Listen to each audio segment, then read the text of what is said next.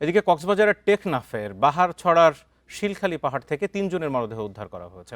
তারা সবাই উত্তর শিলখালী গ্রামের বাসিন্দা বলে জানা গেছে। সকালে স্থানীয়রা পাহাড়ে কাজ করতে গিয়ে ৩ জনের মরদেহ পড়ে থাকতে দেখেন। নিহতরা হলেন উত্তর শিলখালী গ্রামের নুরুল বশর, রবি আলম ও মুজিবুর রহমান। ইউপি সদস্য আমানুল্লাহ জানান, পাহাড়ে দীর্ঘদিন ধরে অপহরণ চলছে। টেকনাফের শামলাপুর পুলিশ ফাঁড়ির ইনচার্জ দুর্জয় সরকার জানান, খবর পেয়ে পুলিশ ঘটনাস্থল থেকে ৩টি মরদেহ উদ্ধার করে।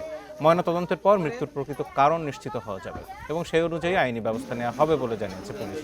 আধিপত্য বিস্তারকে কেন্দ্র করে এই হত্যাকাণ্ড বলে প্রাথমিকভাবে ধারণা করা হচ্ছে। বিস্তারিত জানাতে কক্সবাজার থেকে আমাদের সাথে সরাসরি যুক্ত আছেন তৌফিকুল ইসলাম। তৌফিকুল, আমরা খবরে খানিকটা বলছিলাম, বাকি কি তথ্য রয়েছে, মানে কি কারণ এখন পর্যন্ত কিছু উদ্ঘাটন সম্ভব হলো কিনা?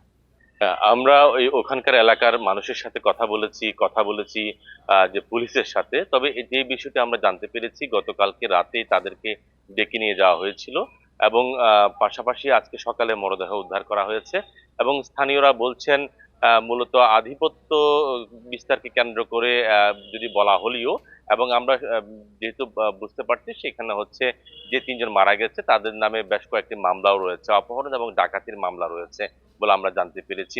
তবে এবং সেখানে আপনি জানেন টেকনাফ পাহাড় কেন্দ্রিক, সেখানে অপহরণ এবং ডাকাতির ঘটনা প্রায় সময় ঘটছে এবং দুই সন্ত্রাসী দল অথবা ডাকাত দলের মধ্যে হয়তোবা বনিবনা হয়নি, এইরকমই কিছু আমরা ইঙ্গিত পাচ্ছি। এখনো পর্যন্ত আসলে পুলিশ ঘটনার তদন্ত করছে।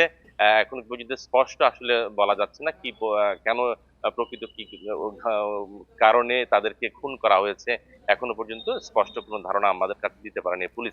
তবে অনুমান করা হচ্ছে যেহেতু যারা যে ৩ জন মারা গেছে তাদের বয়স 25 থেকে 30 বছরের মধ্যে, তারা তাদের ৬-৭টি মামলা রয়েছে টেকনাফ সহ বিভিন্ন থানায়। এখন পর্যন্ত যে মরদেহ কক্সবাজার সদর হাসপাতালে নিয়ে আসা হয়েছে, মর্গে আছে। পুলিশের সাথে কথা বলেছে, পুলিশ বলছেন আমরা স্থলস্থান প্রতিবেদন করেছি, যেহেতু যে নিহতের যে শরীরের বিভিন্ন জায়গায় আঘাতের চিহ্ন রয়েছে এবং যে জায়গায় তাদেরকে উদ্ধার করা হয়েছে সেই জায়গা থেকে যে ধারালো কয়েকটি অস্ত্র পাওয়া গেছে, অর্থাৎ দা, কুদাল এরকমই যে অস্ত্র পাওয়া গেছে। তো এখন রক্তাক্ত জামাও পাওয়া গেছে। তো সবকিছু মিলিয়ে আসলে পরিবারের সদস্যরা বলছেন জি, তাদেরকে।